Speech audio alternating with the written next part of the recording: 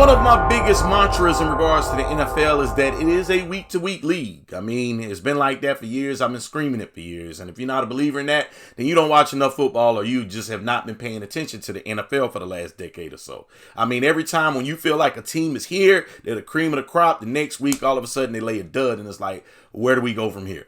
I mean, heading into week 8 right now, if I laid out the playoff picture to you, it'd be like, okay, some things were predicted or seemed pretty much on par. Then some is like, well, wait a minute. Okay, let's look at it then. You look at the AFC, right? Kansas City Chiefs, number 1. We can see that coming, right? Not too much of a surprise. Dolphins, number 2. Not too much of a surprise. Baltimore leading the North. Not too much of a surprise. And the Jacksonville Jaguars, not too much of a surprise, right? But then you go to the wild cards. It's like, okay, the Pittsburgh Steelers, if I told you they would be the number 1 wild card heading into week 8, I wouldn't have agreed with you. I mean, I like Mike Tomlin and everything, but Kenny Pickett, bit of a surprise with the up and down play of the offense. But right now, as we speak, number 1 wild card.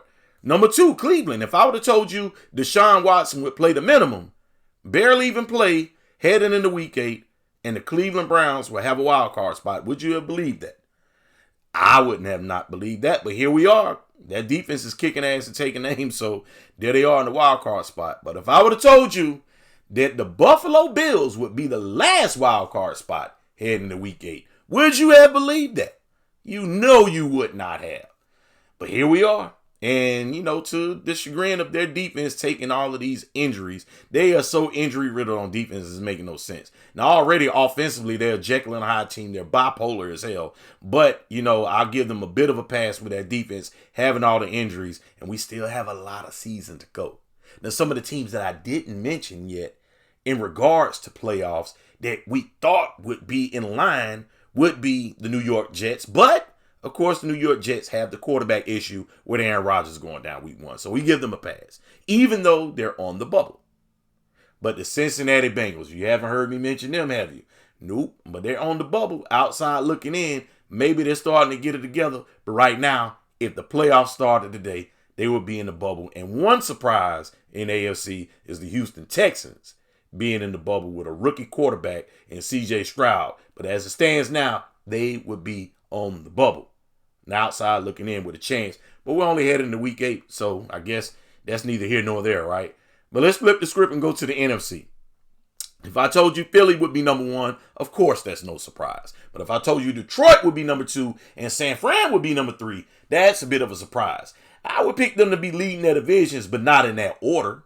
I mean, Detroit, at times, they look like world beaters, and all of a sudden, they get boat raced by Baltimore last week, and it's like, what the hell is wrong with them? San Fran, a couple weeks ago, looked like world beaters. Then they lose on Monday night to the Minnesota Vikings. It's like, what the hell is wrong with them? Hence the fact, like I say, week-to-week league. And, a little bit of a homer call, but my Atlanta Falcons would be the number 4 seed in the playoffs if the playoffs started today, because they're what? Leading their division. Something I did mention, heading into the season, but, we'll come back to that. And then you look at the wild card race. If I told you that Seattle would be the number 1 wild card team, would you have believed me? Not many of you would have. Dallas holding on to the 2nd wild card spot. I picked them to possibly be a wild card team, but hence the fact there we are. And then the last wild card team right now, if the playoffs started today, will be the Tampa Bay Buccaneers.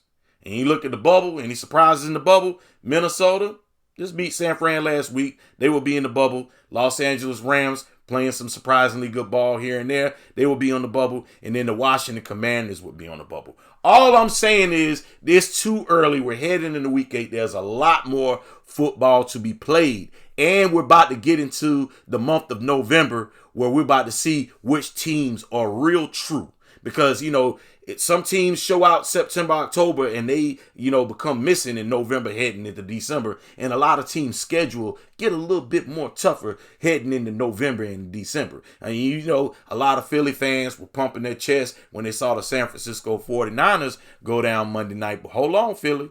Just wait a minute, because, y'all took an L not too long ago. Then prior to taking that L, you should have taken the L to Washington. And guess what? You got Washington coming up again. Let's see how that goes. And then after you play Washington, you got the Dallas Cowboys. Then you got to bye. And then that schedule is getting a little bit more thicker when you got to play teams like Kansas City, Buffalo, and San Fran. Let's see what you're working with then. And, you know, Kansas City, we're going to see what they're working with. That schedule is going to get a little tougher. They still have to play the Dolphins.